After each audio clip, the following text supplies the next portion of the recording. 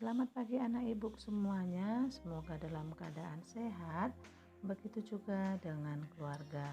Baiklah anak ibu, pada pagi hari ini kita akan masuk dalam materi ingin seperti Yesus. Nah, sebelumnya kita buka dengan berdoa. Ambil sikap berdoa yang baik.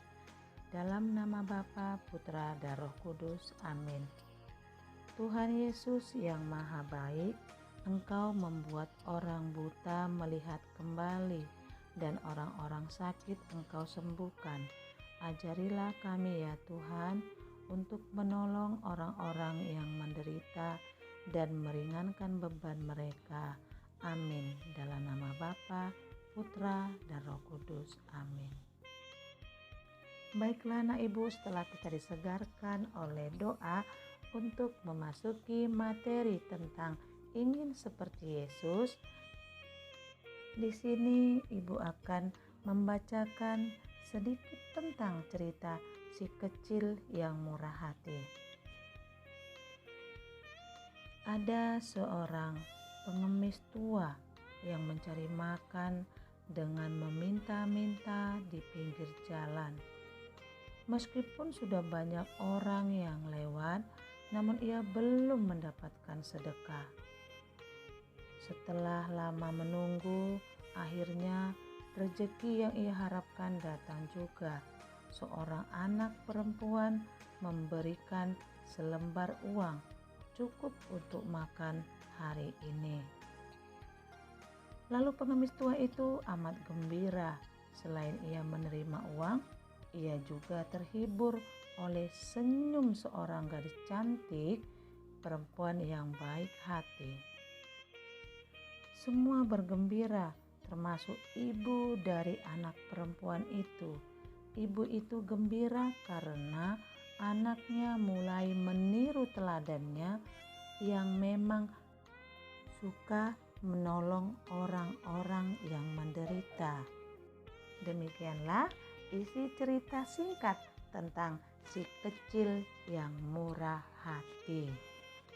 Semoga anak ibu semua yang duduk di bangku kelas 2 dapat memiliki sikap yang murah hati seperti anak perempuan yang mau menolong orang-orang yang membutuhkan pertolongannya.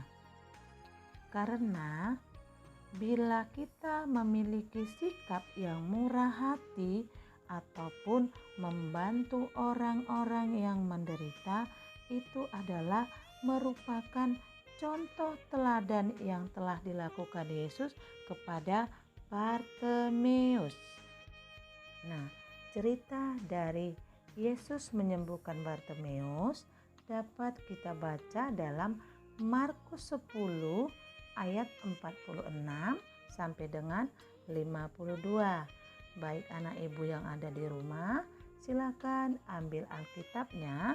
Kita buka Markus 10 ayat 46 sampai dengan 52. Di situ dituliskan, Yesus dan pengikut-pengikutnya serta orang banyak berjalan meninggalkan kota Yeriko. Mereka melewati seorang buta yang sedang duduk minta-minta di pinggir jalan. Namanya adalah Bartimeus, anak dari Timeus. Dan ketika Bartimeus mendengar bahwa yang sedang lewat itu adalah Yesus orang Nazaret, lalu ia berteriak, katanya, "Yesus anak Daud, kasihanilah saya." Ia dimarahi oleh banyak orang dan disuruh diam. Tetapi ia lebih keras lagi berteriak, "Anak Daud, kasihanilah saya." Maka Yesus berhenti lalu berkata, "Panggillah dia." Mereka memanggil orang buta itu. Mereka berkata kepadanya, "Tenanglah, bangunlah, kau dipanggil Yesus." Orang buta itu pun melemparkan jubahnya lalu cepat-cepat berlari dan pergi kepada Yesus. "Apa yang kau ingin aku perbuat untukmu?" Tanya Yesus kepadanya. Orang buta itu menjawab, "Pak Guru, saya ingin melihat." "Pergilah," kata Yesus, "karena engkau percaya kepadaku, engkau akan sembuh." Pada saat itu juga Bartimeus, orang buta itu, dapat melihat. Lalu ia pun mengikuti Yesus.